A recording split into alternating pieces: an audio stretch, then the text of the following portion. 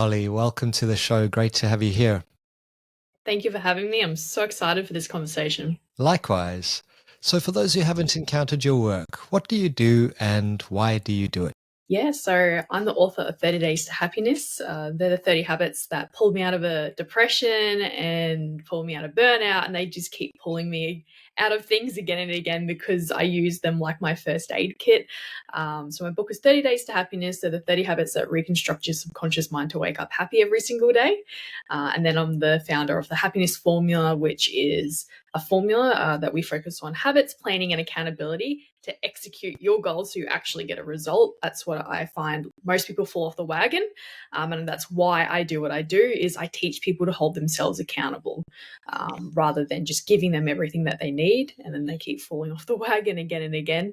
But truthfully, the reason I get out of bed every single morning is to make happiness a choice and available to people and show people that it is a choice and then make that a chain reaction. That's really my purpose. I love the chain reaction for sure. I think that's why many of us get into this kind of work. But what got you into personal development and building good habits? Yeah, so it's quite interesting. When I was like 12 years old, I was not like your typical girl who would be on YouTube looking at makeup tutorials or funny animal videos. I was like, I'm going to be a bodybuilder. I was on YouTube thinking, how can I make the best routine? How can I eat the best food? Like, I was always researching the best habits and I was like weirdly obsessed with it. And I loved it. I actually fell in love with it. And I fell in love with fitness. Like, I grew up riding horses. That was kind of like my sport, but I was always very naturally quite good at other sports in school. Um, and then what ended up happening was we had to move off acreage. So I grew up like riding horses my whole life, competing, buying, selling. Like that was kind of like my business and it was my purpose. It was the reason I woke up every single morning. It's the reason I did anything. My goal was to go to the Olympics for show jumping. So that was the reason I was waking up every morning and working so hard. And then something happened with my family. We had to move off acreage, and both two of my horses passed away, and it was just like my purpose was stripped away from me pretty much. So in my teenage years, I got super depressed. I had no purpose. I put on heaps of weight. I hated school, always hated school, and I felt like, always that there was no reason really to be alive. And that happened for quite a few years. And Hey there, if you'd like to support this show and help us continue producing this kind of content, please visit startwithvalues.com. There's a link in the show notes and pre-order my forthcoming book. It's packed full of tools, insights, techniques to help you live a values-aligned life, to reduce stress, increase fulfillment, and it makes a great gift. So perhaps it's something you could share with someone else who you care about. That would mean the absolute world to me. Thank you again and all the best. Let's get back to the episode. And yeah, I got really suicidal. Like I got really suicidal. I had no emotional support around me. My parents are a whole another story, but yeah, I got to a point where I was like, I'm done. Like I just wished every single day I'd be run over by a bus or something. And then one day I was just praying to God. And I was like, I'm done. Just, I don't want to be alive anymore. And I was like, just take this pain away that I've been feeling for all these years. I'm just over it. And I actually woke up the next day with absolutely no suicidal thoughts. And I had this revelation to start writing this book called 30 Days to Happiness, but I wasn't ready to write it yet. So, I went through burnout. And when I was in the real estate industry, I got so burnt out, I couldn't walk for 4 weeks. So then again, I had to build those habits up again and again. So again, like I said earlier, those habits are like my first aid kit to living a happy life. What a journey. What was it like experiencing that overnight shift in mindset? And I ask this from the perspective of, there are many young people out there who feel exactly as you did, as I did once upon a time as well. What would you say to give them hope about the fact that you can change and it can be quite fast? I think especially as teenagers, like I think doesn't matter how old you really are, like you can still go through it if you're going through a divorce or you've had a financial loss or you're feeling like you've lost your purpose again. But when you're going through the hormones in the teenage years, I think it just adds that extra layer of why am I even here? You know what I mean? Like you're kind of Yeah. searching for something. I think when you're always searching for something and we miss what's right in front of us. So, for example, I was so deep into my dark thoughts and my negative thought patterns that it become a habit to wake up every morning and say, I'm tired. I've got no money. I'm broke. Like all these negative affirmations that I was saying over myself unconsciously without even realizing it until probably I read the book Millionaire Success Habits by Dean Graziosi. That was like one of my very first personal development books. It was a Facebook ad. It was a free book. And I was like, oh yeah, whatever. Started reading through that. And it was just like the actionable steps to build the life that you really want and the habits. And I think after reading that book, it gave me a new sense of purpose with what my next step is and why. So asking yourself, like, you know, the 7 reasons why, the 7 questions why exercise. Like there's a reason, you know, we do everything. But I think going back to your question, asking yourself, is there anything that I'm missing? You know, what do I really love to do? What do I enjoy doing? Am I doing those things? Am I stepping towards the path that I want? Something else I've done recently as well is write a want list. Hey, Brad here. Would you believe that around 70% of the people who watch this podcast have not yet subscribed? It would mean the world to us if you click that subscribe button on whichever platform you use so that we can stay connected with you and you'll receive notifications when we add new episodes.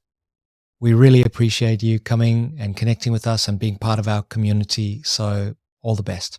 Can write a massive want list of everything that you actually do want, because I think we forget that we're allowed to want things without a why attached. We're allowed to just, you know, want this or want that. And I think growing up, I always believed that if I wanted something, there had to be a reason why. There had to be a why attached to it. There had to be a value attached to it. There had to be a purpose attached to it. Otherwise, what was the point of it? And I think it's nice and refreshing to have that mindset where you can just say, oh, I just want this because I want it.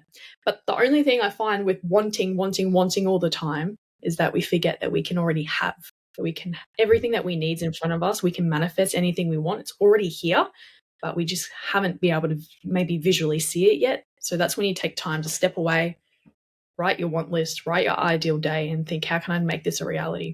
Yeah, absolutely. And so many people get stuck in negative thinking patterns as a habit. And, you know, what we practice, we get really good at. And if you practice enough of that negative self-talk, you know, I'm a failure, there's no point me being here, those thoughts will just naturally start to repeat. What would you recommend if someone came to you and they have real limiting beliefs, like I'll never amount to anything? Maybe that's something that their parents told them or something that they've created, or other really negative thought patterns. Where would you advise them to start? I think Joseph Dispenza says it really well. And he's like, to change your reality, you must change your personality, which your personality is attached to your habits and your identity. So, and also your lifestyle. And I know that if you keep speaking these affirmations over yourself, if it's negative without even realizing it, or listening to negative music, or watching negative things, or things that are influencing you in different ways, that you may not see them as negative, but you may not even realize that they're actually influencing you. They then transform the way your subconscious mind works, and you start believing these things as they become your reality, right? And because they become your reality, they become your personality and who you are. It changes your DNA, and that's why affirmations are really important. So I think back to a time where, I don't know if you know the TV series Shameless. I watched it back when I was like a teenager or something, but anyway, don't watch it. I watched it, and it's just like poverty mentality, the whole thing, right? And after I watched a few seasons, I was like, I feel like crap. Like I just feel like so negative. I feel like just I've got a poverty mentality. And I was like, okay, what am I doing differently? I'm watching this silly TV show. So I stopped watching it straight away. A week later, new person. So that was another example.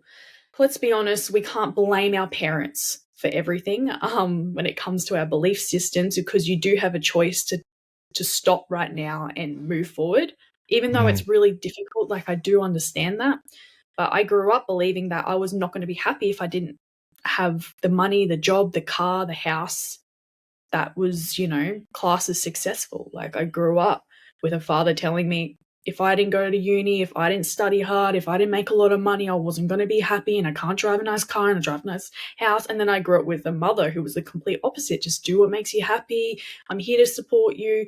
And it was just so hard, like being torn in those two directions, because it was changing and building my identity, hearing those two different things. So then when I was an adult, I had to make the decision, okay, am I going to, believe this, believe that? But you do have to create your own reality by choosing what success really looks like for you, because it's going to look different to everybody. Yeah. And I suppose after you've managed to rewrite your story, those experiences of adversity and the confusion of youth can actually be quite useful in building our resilience and happiness, because you've experienced stuff that has been challenging. And I think that it can make you a whole lot stronger on the condition that you integrate it properly. That's exactly right. And if you don't do anything, you don't get anything in return. Yeah. So you do have to put yourself out there and stay disciplined to an extent where you're able to build a habit. Example, wake up and say your affirmations every morning. Don't even touch your phone.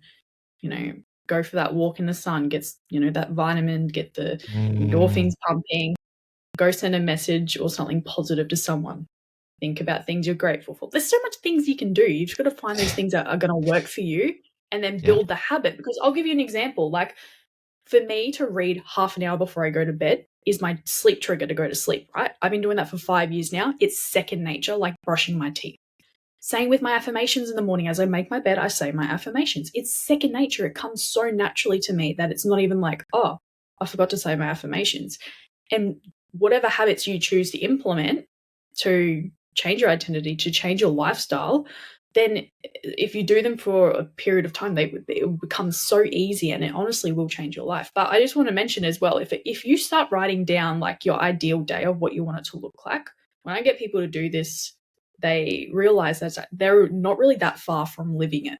They just got to tweak a few things, or they're not actually doing it because they haven't got a good routine. So find those things you really love to do. What would your dream day look like? What would your ideal day if nothing was holding you back? And then think, okay, well, I really wanted to go play tennis with my friends in the afternoon, but I haven't done that yet because I haven't really gone out there to book it and to take action. So that's when, I guess, when we talk about values, it's kind of like you need the accountability sometimes just to get started. And something that I was thinking before is auditing the bad habits, like actually spending a little bit of time and asking yourself, what am I doing repetitively that's not serving me? I remember once upon a time, I was living in Sydney and I'd had a messy breakup, and I listened to the same sad playlist over and over and over and over again. And okay, maybe for a little while you need to experience some grief and then hopefully come through the different stages up to integration and acceptance. But I didn't do that. I just kept playing that for perhaps 6 months, a year.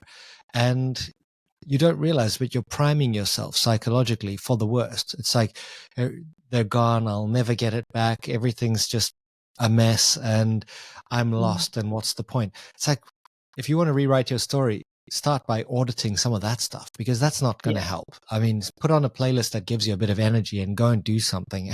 As you said, like take some action rather than just sitting around and wondering why life is so dark. Yeah. And that's why, like, I don't know who said this, but, accountability isn't about, getting a whip on the back and sacrificing and, it's actually about ownership. So for you, like, if you're depressed or sad or going through a rough patch, like no one's coming to save you. It's up to you. Yeah, no one's coming to save you. And you do have to start by auditing your habits and thinking, okay, well, is the crap food that I'm eating affecting the way that I'm showing up every day? Is it the reason I have low energy in the afternoon is because I've had a crash from caffeine? You know what I mean? So just like, yeah, auditing everything in your life. But I guess sometimes people don't actually even like know how to eat well, or because they've been in this pattern for so long, or, like personal development is new to them. So I think books are really helpful, honestly, and podcasts. Yeah. Some people roll their eyes at self-improvement and personal development, but I just think that there is so much wisdom out there. And when people take the time to distill that wisdom into books and podcasts and YouTube videos, there can be some gems there that might be just right for you at the stage you're at and what you're ready to receive. Be curious, I think, is one of the best things you can do when you're stuck in those kinds of states. And the other thing that Joe Dispenza says is, are you a victim or are you a creator? Because if you're stuck in victim mode, nothing good comes from that. Really, I don't know anyone who's been stuck in victim mode, blaming the world for all of their problems and trials and tribulations, that actually made progress from there. When you accept responsibility, as you said, and say, well, I am the creator of my reality, so what's my next best move? Suddenly you're empowered. Yeah, that's it. You're thinking of a bigger version of you, rather than where you are now. And I have to say as well, like, it's okay to have a cry and not shove your emotions under a rug. It's extremely healthy to get them out and experience the grief and the pain and the loss or whatever you're going through, right? But the one thing that will always pull me up is to know that it's not okay to stay there. Otherwise, you're going to stay there. Like, you have to keep climbing that ladder. And that's all part of, like, I guess, resilience, right? Exactly. Yeah. Post-traumatic growth, and just keep going. Don't just wait around for someone else to solve that problem. Can you explain your formula? So I believe it is habits plus purpose equals contentment equals happiness. Look, everyone's got a different definition of happiness. So, when we talked last, you shared your definition of happiness. My definition of happiness used to be, because of my belief system, that if I won the lotto tomorrow, I'd be, no happier than I am right now, because money doesn't define my happiness. And that's because of my belief system. So you may find your definition of happiness is positioned in a way that was linked to your past, beliefs of growing up, or your parents, or what you were told. So I think when I think of contentment, I think of, and I explain this story in my book, you're sitting in the middle of a storm and there's chaos around you, and you're still able to sit there and just enjoy life and not be too fazed by the chaos going around you. Not to say that you could be scared or fearful, like, there's nothing wrong with that. But it's to a point where you can choose to wake up happy every day. I think people say happiness is a choice, but I think when you go a little bit deeper, if you have a purpose and you choose to act on it to your highest potential, right, then you are going to be content. Like, I truly believe that everyone's built differently, right? No one is the same. And that's why we have different gifts. We have different, things that excite us.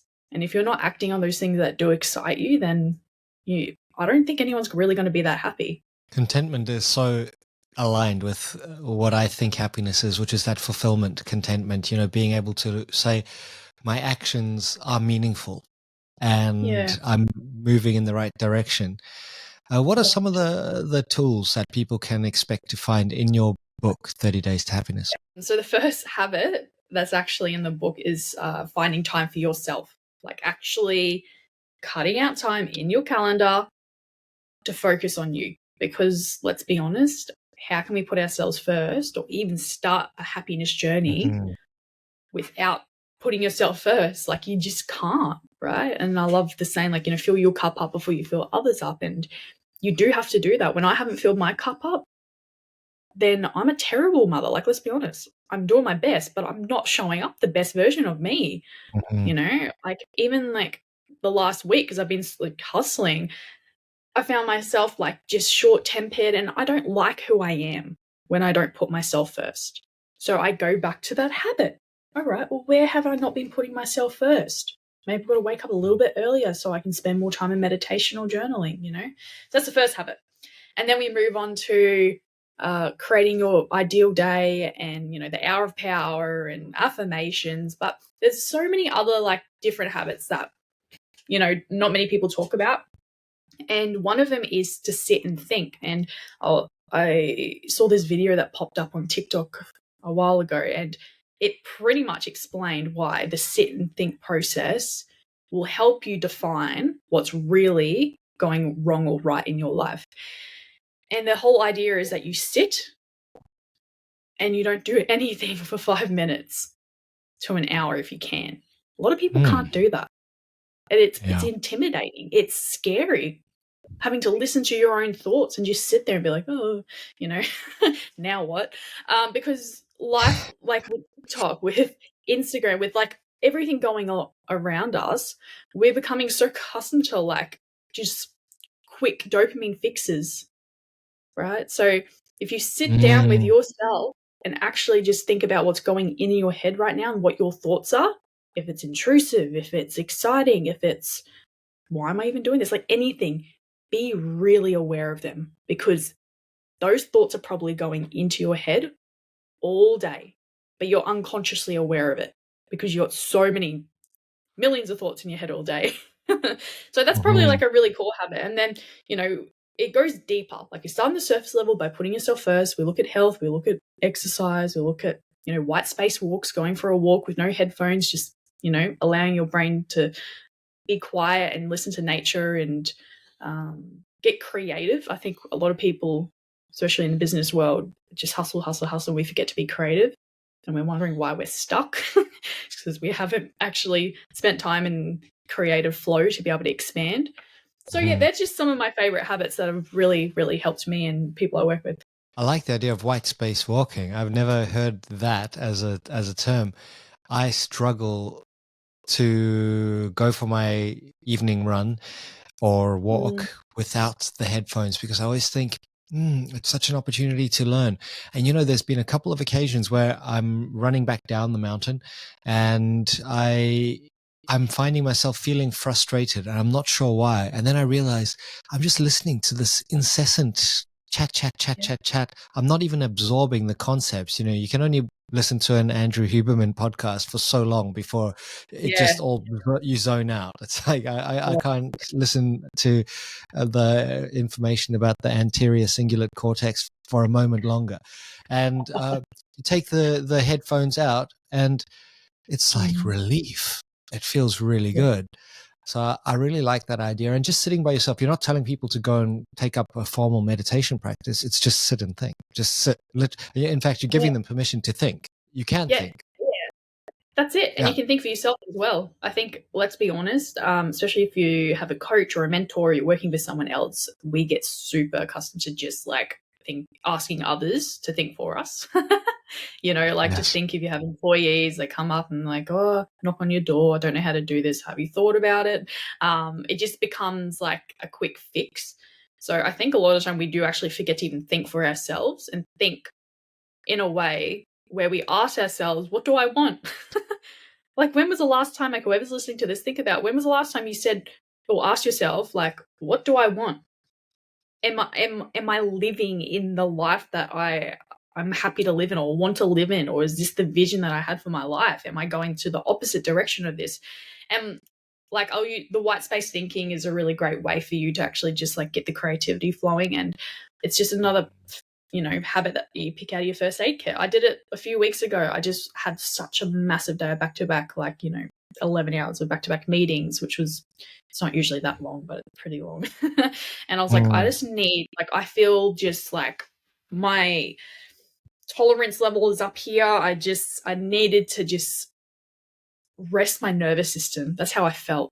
So I was like, okay, well, I'm going to go for a white space walk. I just walked down the street, back up. It was like 15 minutes and I came back and I had all these new ideas, all these new creative juices, it was just amazing. And I came back and I was like, I felt like a new person. I felt rejuvenated. Like I just spent some time sleeping for 10 minutes, like a power nap. And it was a great reminder because I was like, this is one of the habits in my book and this is why it's in the book. Do Do you ever feel pressure to always be happy now that you're an author and expert on the subject of happiness? It's funny. I was thinking about that actually this morning, and like I'll be super honest. Some days, like let's be honest, you can't be happy all the time. And on days where I am feeling low, or again, I haven't filled my cup up, and I'm just like emotionally, physically, and mentally drained from running after a toddler, running a business, looking after employees, my husband, cooking dinner, just all the normal things. Takes a toll on you, let's be honest. And then I have questioned, like, how am I to be someone who's an expert on this topic but isn't happy? But then, let's be honest, take a step back. Happiness is a choice. And even though I've had a moment, I'm still happy. It's just in the moment, I chose to think differently. I chose to believe the thoughts that were in my head. Every morning when you wake up, that's why I love the visualization and the affirmation process, where you just visualize what every hour of the day looks like, how you want to feel, how you want to act, what you want your day to look like, what opportunities came about when you do that, and then say your affirmations. Here are some of my favorites that are in the book. Everything happens for me. I love my life. I'm excited for these new opportunities today. You can do whatever affirmations you want, but maybe pick an area in your life you want to improve on. If it's relationships, finances. I've got a whiteboard behind me. Like I've been saying this for like 5 years. Money flows to me easily and effortlessly, right? And just money is energy. So yeah, I think the visualization process with the affirmations, that combo, is a really nice way to start your morning and to set you up for a good day. That personally what really helps me. The good thing though is that I'm aware that I can choose happiness. In the past I wasn't aware, and that's what led me down a really dark road. I was like, oh, this is just how it is. It's not just how it is. It's a choice. I love that. So visualization, for those who are tuning in who may never have tried it, or they thought it's a little bit woo-woo, it's a little bit The Secret. And I'll say Michael Phelps, the most decorated Olympian of all time, used visualization as a core practice as much as the physical practice for winning his gold medals as a swimmer. So how does someone visualize a better outcome, a better life? I mean, this has been used for so long now, especially in, any kind of performance, if it is athletes or musicians or business performance, or like you could go into and do a workshop or a presentation or a pitch or whatever it is, even yourself at a networking event or at the gym. If you're nervous to step into the gym because it's a bit overwhelming, you can also visualize yourself doing amazing things, right? So the first step is to identify like what area you want to visualize. So the second step is you want to start visualizing yourself as the best version of you, almost like you're a completely different person. You're you're the 2.0 version of you, right? And this is again changing your identity to believe what is to be true. You can choose whatever is true, and you can choose to believe whatever you want. Like, have a think about that. So you can choose now to visualize the best version of you and what you would like to happen. So let's use the gym as an example. You sit down, you close your eyes, you visualize yourself getting into your favorite gym outfit. You drive to the gym, you put your best playlist on, or you listen to an awesome podcast to get you, G'd up, drink your favorite pre-workout, how do you look or how do you feel when you walk through the doors of those gym? Like, where do you start? What's your warm up? What weights are you lifting? How strong do you feel? Do you feel good about yourself? Are you sweating? Like, you visualize the whole process, and it may take a little while, but the more you do it, it's like a muscle, right? It gets easier. And then how do you feel once you leave the gym? Do you have that like high dopamine where you just feel so good? And what are you going to do after the gym to reward yourself? You're going to go get your favorite protein shake. You're going to go meet your friend for coffee. Like, make it an enjoyable process and visualize it. How can you make the most of it? So you can do that with anything. And I think, it's been used for decades and years and a long time, right? But again, it takes practice and it's like a muscle. Yeah, absolutely. And I sometimes think about the fact that a business plan is a visualization. So anyone who thinks that visualization is just, a strange kind of habit or tool, if you can't visualize a different future, and that's what a business plan does, it asks us to visualize how your business will look in a year or 5 years or 10 years. And then what are the steps that will get you there? And I think that actually sitting down, as you said, spending a little bit of time just getting clear on what it is who it is that you will become is such a valuable tool. Any tips just from a practical perspective? Sit down, set an alarm so you don't feel like you might spend too long there. I know just from myself, I don't want to waste time in the morning. So is it like 5 minutes, or what would you suggest to someone who just wants to get started? Yeah, well, I call it the 3 minutes of intent. And I do this before anything really, before a podcast, before I start my meetings, whatever. And sometimes, in the car before I start the gym, I will, sit down. You can lay down if you're in bed, but sit down, feet on the floor, and you just breathe 4 seconds in, hold for 4 seconds, out for 4 seconds for a minute. And then you start visualizing for just a minute what you want your day to look like, or what you want the meeting to look like, or what you want your workout to look like. How do you want to feel? And then the next minute, obviously you don't have to do it to a minute to a T, because when you're closing your eyes, you can't really see. So you want to meditate for 5 minutes, go for it. But if we've got a time limit here, then the third minute, I like to use affirmation. So start saying those affirmations for the next minute. Nice. So I had a client who had a list of affirmations in her car after her workout, when she was still, vibrating at a high vibration, releasing those endorphins, feeling really good. She would say those affirmations. And one of those affirmations on her list was to meet a new friend. That next week, she literally met this new friend who joined my community as well. And, and they're still friends now. It's been like 2-3 years. So it's so important, and we don't realize it until we see the results. So just keep going, one step at a time. You'll start manifesting and reaping the rewards soon. What are your thoughts on the neuroscience of happiness, or, the brain-body connection and so forth? Yeah, I mean, let's be honest. It's a huge part of happiness. I think when people think of happiness, they just think of because happiness is a state of being. Joy is the feeling you get from being happy. So when someone says, "Oh, just be happy," what does that even mean? So that's why I like to dive deep into the neurotransmitters and I think there's 5 of them.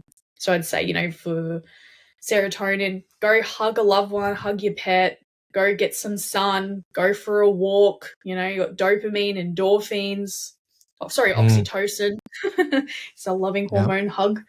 So yeah, if you can try and wake up, go for a walk in the sun, hug a loved one or an animal, say hi to someone on your walk, there's someone around, you're pretty much hitting all those important neurotransmitters, endorphins, which are going to make you happy. So that's what I like to do.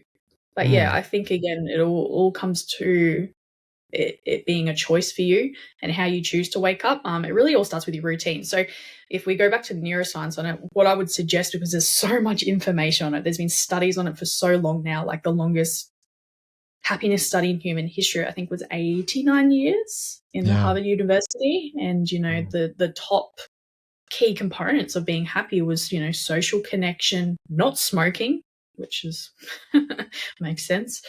But it also dived really deep into the resilience and the discipline and, the other things that we forget about. But yeah, no, I suggest everyone to look up that study because it's really interesting, and do your own research on what you believe happiness to be. It's very spiritual. It's also very, science-based as well. It's almost like hack your happiness. How do you do that? Just learn about yourself and your body and your brain. And your version might be quite different to someone else's version. I think that's quite important to remember. So don't think that just because an influencer on social media says, this is the way, and if it's not working for you, don't give up. There's a menu or a toolbox of ideas out there. Play around.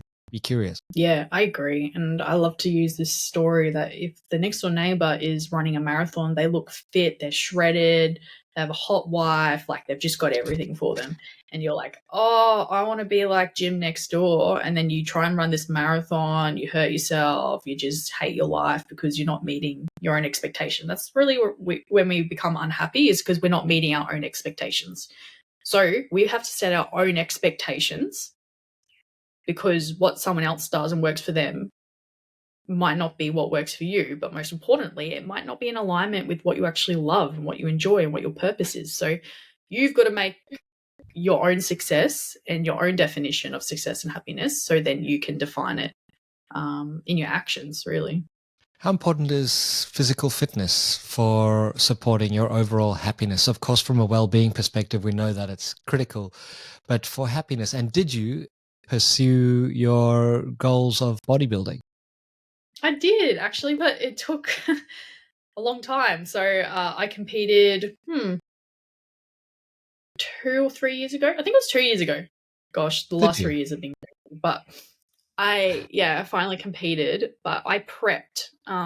4 years ago, I prepped during COVID, and then it got cancelled. So I prepped for a whole entire year, didn't drink alcohol for a year, said no to parties. Like, I was full, head screwed on. And I literally sacrificed so much, and then it got cancelled. And I was like, okay, well, I'll do the one in New Zealand. Got cancelled. And I was just so sad. I was like, oh my gosh, I ate a whole block of chocolate when I found out my prep was cancelled. I was so sad.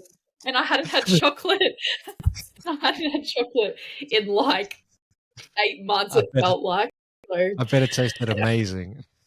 Oh yeah, and then I felt really sick. Yeah. It was even better. It was the Daryl Lee Rocky Road, and I was like, oh, I feel so sick, but it was so good. So yeah, no, and then I don't know. It's almost like the universe was just like, hey, I don't really want you doing bodybuilding, because when I finally got on stage 2 years ago, like I was actually 6 weeks pregnant. So I went through all this prep. Yeah. Oh my gosh, I was so sick. I didn't do it on purpose. It was obviously anyway. Stuff happens. And Yeah. my coach was like, oh, this has happened before. We just won't do all the, the dehydration side of things. And then my calories were back up to maintenance the next day. And yet, you know what? I'm still proud of myself. I got up on stage, even though I didn't feel like I looked my best. I prepped for like 3 to 4 years, and gosh, that was hard work. Honestly, I was already quite a resilient person, like working long hours and being really disciplined and going 100% and putting 100% of my energy and effort and passion into everything I do growing up, because I was just a typical entrepreneur. Like I was born and bred an entrepreneur. That's pretty much me. I haven't worked for anyone since I was 18. I've ran my own businesses. And I think from that resilience, it really helped me again going through the bodybuilding prep. But then again, my resilience has gone to that next level. And now when something else drastically happens, I'm going to be prepared again. So I can't really remember your question before that, but that it was resilient. how important, and that's incredibly impressive. I mean, I just have never even conceptualized someone actually being pregnant and doing a bodybuilding show. It's two such intense things to be happening simultaneously. So well done. I mean, what an achievement. But my question was, how important is physical fitness for happiness? Yeah, so even though I was in my bodybuilding prep, like, let's be honest, I wasn't really that happy. I was depressed. I was running on adrenaline. My hormones were through the roof. Like, I was hungry.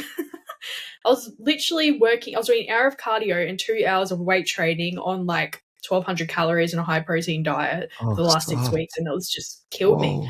And yeah, I guess it's a challenge, right? But let's be honest. For you to be healthy and happy, you are what you eat. We talk about it all the time, but if you eat terrible, like processed, high sugar, fatty foods, for 2 weeks and don't exercise, I can guarantee you will feel depressed. Yeah. Because it's not what we were made for. We were made to eat whole foods from the ground. So when I think whole foods, I think from an animal, from the ground, from a tree. That's not processed. It's the processed foods that are really making our hormones imbalance and also affects our brain function. Just eat better. Just do your research, eat better foods, exercise, obviously endorphins, dopamine, It releases all these really happy hormones. When I don't exercise for a few days, I feel like I need to exercise because I need to just sweat and get all these toxins out of my body. That's how I feel. After my workout, I always feel so happy, and I felt like I've actually, achieved something, which is like, Mhm. part of that dopamine there. So, yeah, I think it's probably the most important to your happiness, probably number one, besides social connection and, all the amazing other things that come with being happy. Yeah. Yeah, I agree. I find that you just feel so uplifted and ready for anything. It's kind of like the bucket model of resilience. There are certain things that drain your bucket, and there are certain things that fill your bucket, and it's for each person to decide what fills your bucket and what drains it. Exercise is Yeah, one of those interesting things that drains your bucket, but it yeah, actually regenerates your energy. It refills it the yeah. next day and the day after. Yeah, I love that. And I think as well, having an outlet, I just thought about, because you surf, right? So that's probably Mm. like your outlet to let your brain think, to let you kind of be in the flow state. Mine was horse riding. So when that was taken away from me, I was like, I don't have anything. I don't have anyone. I don't Mm. have anything. What do I do?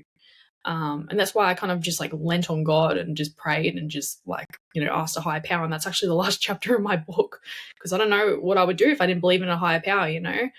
And it's very hard when you're in like, a depressed state to ask for help. How the heck do Yeah. you even ask for help? So if you don't have people around you who are surrounding you and you don't have that outlet, it means that your bucket is being so drained that it's completely dry. And then you're like, well, what do I do next? Who or what is inspiring you at the moment? Is there a film or a book or a podcast or that's really that's sparking your interest? Yeah, right. Like, I don't know about you, but I go through like phases where I like obsess over someone and then I find someone else and I'm like, I Yeah, just love what they're doing. I think everyone does that. yeah. I think at the moment I'm reading 2x is better than 10x is better than 2x. Okay. Honestly, great book. I highly recommend anyone listening to this and hasn't read it, actually listen to it, because what he does with who is it? Is it Benjamin Hardy and Dan Sullivan, that's who it is. Yeah, they wrote this book together, and what I love about the audio book is that they, after each chapter, they kind of discuss what the chapter's about and this and that, and it's really interesting. Like, he talks about a few different philosophies on like getting to your vision, this and that, but overall biggest takeaway was get really good at what you love to do and Mm, remove everything else and just do it. Because, like, for me, example, I focus on so much on this and then this and then this and then this, but really, my specialty is happiness and accountability, right? So, how can I get even better at that and express that to the world and share it? So, that was or the genius zone, or whatever you want to call it, right? So that was also really helpful, but then he puts it into like actionable thoughts and philosophies, and it's quite interesting. Yeah, so I really, really like that one at the moment. Yeah, what about you? I enjoy watching, there's some podcasts that I go to, kind of channels such as Modern Wisdom. I generally like what he does, Chris Williamson. Oh I yeah, I dive into the Huberman Lab podcast because there's always oh, yeah, gems in there, and you can rely on Huberman for some pretty good research-based tools. yeah, I also enjoy Diary of a CEO. I know it's blown up massively over the years, but I just think he's got a kind, gentle interview style, and he's a curious yeah, person, and he does get good value out of his guests. So I learn a lot from his technique. I don't know if I learn. I try to learn and practice. yeah. Yeah, that's Uh, good. what else? In terms of books, there are always so many that I'm interested in. I've just finished one that it's interesting.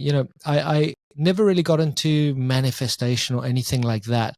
And so recently I read The Source by Tara Swart, and that's a fantastic book because she's really gone deep on the research, and she's gone deep on the manifestation side, and she's proving how it is impactful and effective on so many different levels. So she's really taken the fluffiness out of this idea of manifesting.